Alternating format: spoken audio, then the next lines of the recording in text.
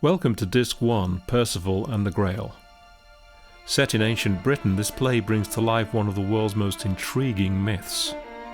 For centuries, the Grail Quest has enthralled and fascinated us, but no one really knew what it meant.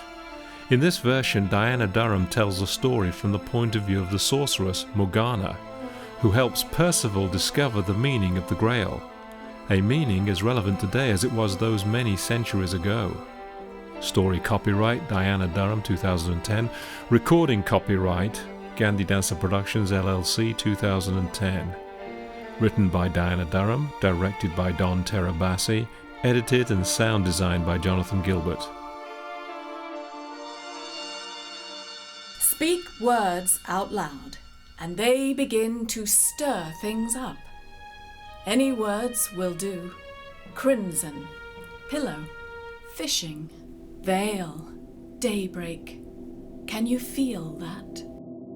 Words are a form of magic. They shape new meaning out of this ocean of resonance in which we live. String them together into stories, and they can cast a kind of spell. In olden days, there were spells of illusion and spells of making. Spells that really changed things. The great stories are spells of making because they change us. They make things new. I am going to cast a spell of making and tell one of the greatest stories ever. The story of the quest for the Grail. Parts of this story you may know. It has been told many times before. Woven first long ago in tales told round fires at night, subtly, organically altered in each retelling, pulled out like fine yarn that disappeared into the darkened labyrinth of memory, then written down and rewritten, and much later on again worked into poetry, children's stories, movies, and even a thriller. But all the tellers and troubadours and scribes and script writers were men. Men! And as this story is all about the feminine and the heart, none of them really understood its meaning. But that is what the Grail is, you see. The golden cup that confers the gift of wholeness. It symbolizes our heart. And for the same reason, I, Morgana, was also misunderstood, given quite bad press, my motives questioned. I was a good student, and Merlin was a good teacher. That was all. Anyone can do this, you know. That's the point of this story, really.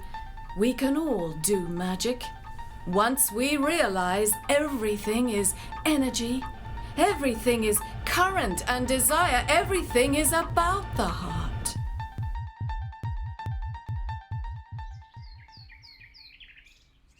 It is in springtime, when trees burst into leaf, when the birds sing sweetly in their own language, and every living thing is fired with joy, that Perceval gets up, swiftly saddles his hunter, and, picking up 3 javelins, sets off into the forest that surrounds his mother's house. So sweet and fair is the day that Perceval, coming to a bright clearing, unbridles his horse and lets it graze on the fresh grass while he practices javelin throwing.